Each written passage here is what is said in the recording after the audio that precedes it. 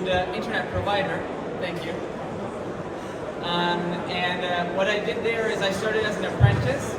I did customer support, sales, and all the things that were connected to it.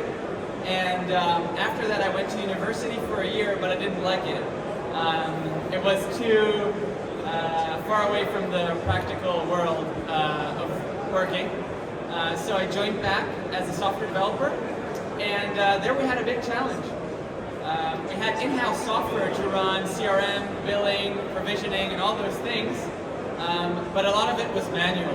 Everything was done by hand. And 4 years ago, we decided that it was time for change. We decided we wanted to be like the big ones. We wanted to have a web app, we wanted to have an app. Our customers wanted to have the same experience they had with Orange, Swisscom, Vodafone, but from a regional small provider. How do you do that? We didn't have 20 million, 30 million euros to develop everything with partners. So we decided we're going to build it ourselves. It was very daunting at first, but since I'm standing here today, I can proudly say that it works, and that we migrated all of our customers from our legacy infrastructure, from the manual stuff, over to METAVSHN. Why am I standing here? Because I was talking to some friends from competitors. Yes, you can have friends at competitors, especially in telecom. And they were like, Carl, I want to have a look at this. I want to get my hands on whatever you're saying is working well for you. So that's METAVSHN. I will go over these numbers with you slide by slide, but these are a few of our achievements with the new solution. So in a nutshell, what do? We unified all of the core competencies that you find in traditional software architectures in telecom, CRM, billing, provisioning, customer care, and all of the surfaces, so applications. And we wanted to have everything in one solution, so that if a customer calls us, we can take care of sales, support, and everything else around the customer with one Chrome tab in the web, without having to juggle with 50 different systems. And that also counts for technical people. Everything in one app. And we actually reached quite a few numbers, and these are real numbers from our own use case. Yeah, let's go into more detail. We have an order management system that completely digitized our product catalog from the offer the customer sees all the way down to the network components that get provisioned. And this allows our employees to basically quote a customer an offer that he's going to get 100% of the time, well not 100 but 85. And that is a very big driver for customer satisfaction, because I don't know if it ever happened to you, that you go into a store, you order fiber at home, you order a gig, but then it turns out that there is no fiber at your home yet, there's only copper, and that you're going to get 20 megabits per second, right? What we do here, we have an architecture with plugins that are very deeply connected into the network. Usually vendors here talk about OSS, BSS, CRM, and since we are a smaller company, we only had a vision. It's just one thing. We don't care the domain, right? So when you add a new product to the cart and order it, you need to put in your address, and we go down to the network and ask what's available live, and that's how we reached nearly a 90% decrease in order-driven errors in fulfillment. Next, I said one app. You can see a small screenshot here. This is basically a pop-up that opens when an employee presses on a customer's account. And from that pop-up, they can see all of the customer's invoices, their orders. They can see some events on the right side of everything that is happening for the customer. And on the main page of the pop-up, they can see the entire hierarchy of the customer's account. So billing cycles, contracts, and underlying services. So with just a few clicks, they can basically help the customer in any query. And that actually helped us nearly cut in half the resolution time of customer complaints or questions. Since we have this beautiful automation and it's beautiful for customers and employees, we decided to also build a customer self-care application that completely integrates with our stack. And this actually means that if we launch a new offer, a new product, we don't have to change anything in our user interfaces because everything just works out of the box, because everything is standardized to our logic. And customers are very happy that they can do what they want without calling us. I think coming from larger telcos, you know how valuable it is to have self-care, and I'm happy that we now also know that customers like it, and that they prefer to have us for the local service, but that they like to self-service and not have to call us every time, even though we're very customer friendly. This is a big one. We've seen this actually not from ourselves because we never had professional services, but I saw this with a first pilot customer. We actually were able to sell the solution to an external client, and that makes me very happy. They signed the contract nearly a year ago, and they are about 5 times bigger than us. So we have about 50,000 subscribers in our base, and this new customer that we landed is approaching 250,000. So this validated our offer and our solution with a bigger client, because you know what works in a small company usually, or maybe doesn't work with a bigger one. But I actually saw that the paradigms we took with TM Forum and all the standards actually resonate with the bigger operation. And they were very happy because our approach was, you have your developers, you can code these connectors that go to the network on your own, and we just give you off-the-shelf software. So we don't customize anything except for, you know, logos and colors. And they're very happy about that. I'm approaching the end of my slides. This is a very big one. If you automate a lot of things and you give a good surface application for your team, they don't need to be a lot. In Ticinocom, our regional ISP, in the operations we're 6 people for those 50,000 customers. And that is 3 people in administration, so new sales, invoice management, terminations and stuff like that. And then we have 3 people in second level support, so people that help when there's no internet, when a domain needs to be migrated, etc. And we were able to grow by keeping the same team. With the other customer that I can't name at the moment, we started with their business being 40 employees to manage that customer base. And now when we're onboarding them to the new one, they're still growing and they don't need to employ new people.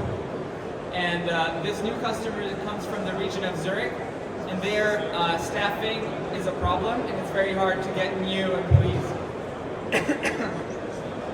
So they're very happy that they found us. This is a short resume of what we reached internally within our own ISP. I also have a slide for the other customer, but I had to hide it for this presentation, unfortunately. I'm hoping that after the new year, I'll be able to also flaunt the slide of the external customer. But for now, you have to be happy with our own. The customer base here is a bit different because I took into account only the broadband and VoIP.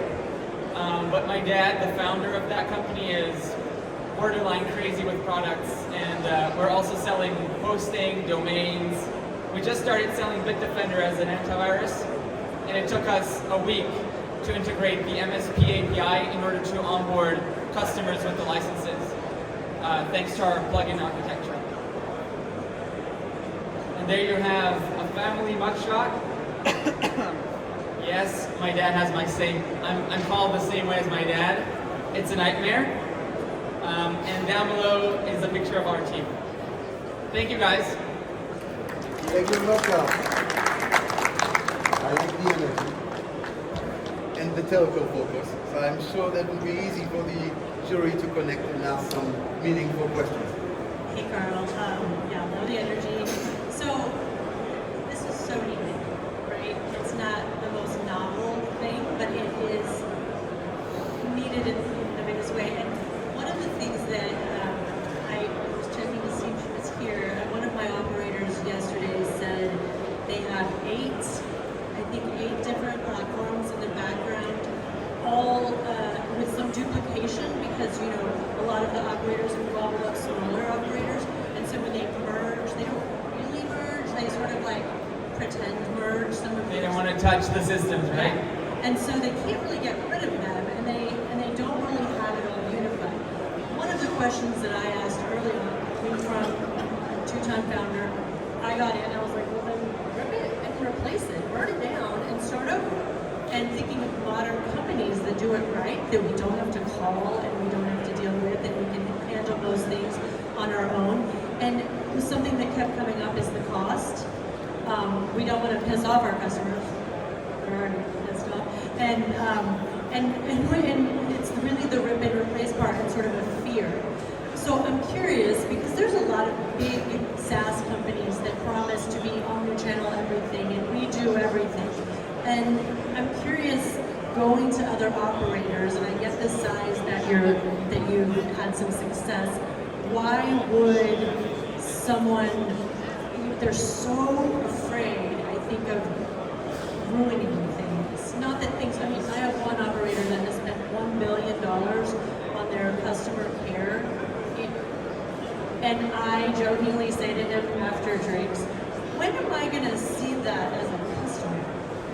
How sad, right? And if they would have just maybe ripped and replaced, it probably would be in a much better state right now. So how are you going to scale this and get that sort of trust in others? I mean, you're in the industry, so that's one feather in your cap. But they are so afraid of messing with their really crappy, I call it a Dr. Seuss mobile, where they take some gum and put it over these holes and Band-Aids over here and some tape over here. How are you going to get them to trust this? That's a brilliant question. So I have a few angles to address your question. I will start with this.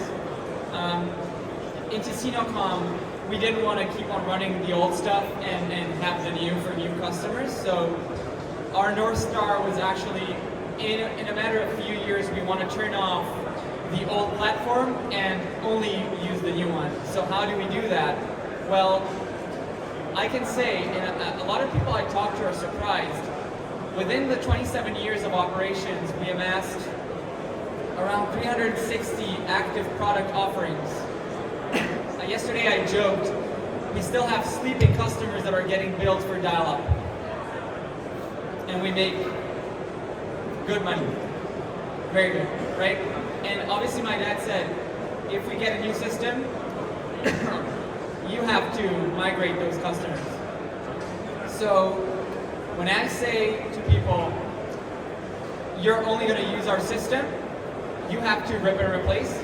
But we have a very open model of how you can basically use a mix of SQL, APIs to collect the data out of all of the different silos you have in order to map it to our new data model that we offer.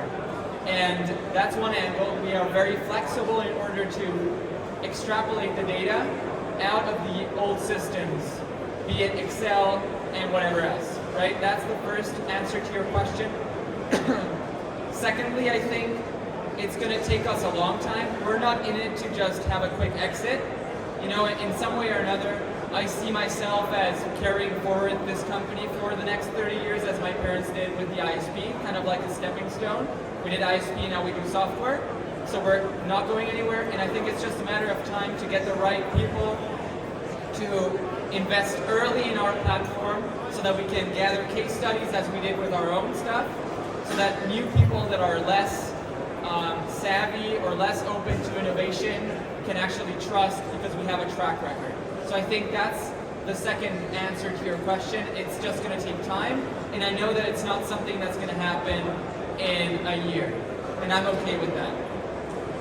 We're a bootstrapped business. We're a spin-off of Ticino.com, and at the moment Ticino.com is carrying the cost of development, being the first customer, but what I can say is that as soon as the second launch customer, the external one, will be on board, we will be cash positive by the end of the first year that they are in their tenure. Given our licensing policy, the operator pays per active subscriber, and we don't have feature flags. So we don't have like 10 tiers and one does have self-care, one doesn't. I don't care because I believe that we drive are valued by reducing the amount of people you need in the business, not by laying them off, but they can do other things. So it pays for itself, but you only pay per active subscriber. That's it.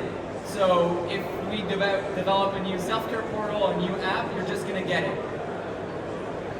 So I hope I answered your question. Unless something else is open. So you're just going to get it when you make improvements or add features to the platform? Yeah, so my vision is I talk with every single customer and prospect, and we build the solution in a SaaS fashion, even if it's on-premise. We don't care where it's deployed. We're open. I discovered that the hard way. Some people just want to have it on-premise, so at this point I don't care anymore.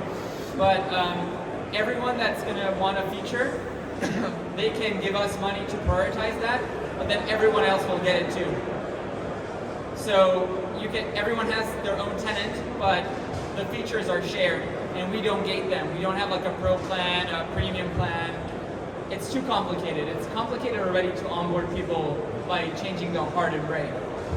Carl, brilliant. I love it. I love the passion. I love what you're doing. I think it's really stonking, if you understand the English. What I'm keen to understand is, where's the scale? Yes, you say you're sort of 30-year exit, but are you targeting the sort of tier 2, tier 3 ISPs across Europe? I mean, how many are there in Europe? I mean, do you have a solid sales pipeline? What's your real ambition here? That's a good question. I was astonished a few years ago when I did my first presentation when we were thinking about funding. The main idea was, let's see what the size is, and to give you a perspective, in the US, which is a market we haven't entered in yet actively, there are about 30,000 rural internet service providers that could use our software. A lot of them are WISPs, so that's not really where we shine in terms of complexity and what we solve. But just in Switzerland, there are 80 smaller ISPs of the size of the one that we're winning right now. So if I just look at Switzerland already, if I don't want to work my ass off, sorry for the language, I'm good just by getting those, not even by coming to Paris and doing all of this. So if you look at Europe, we're talking thousands of smaller providers that are just reselling, buying from wholesale companies. And the North Star for me is one day to at least get tier 1s to buy our solution for their B brands. And then hopefully in like 20 years or something, maybe they will replace their Amdocs and stuff with us.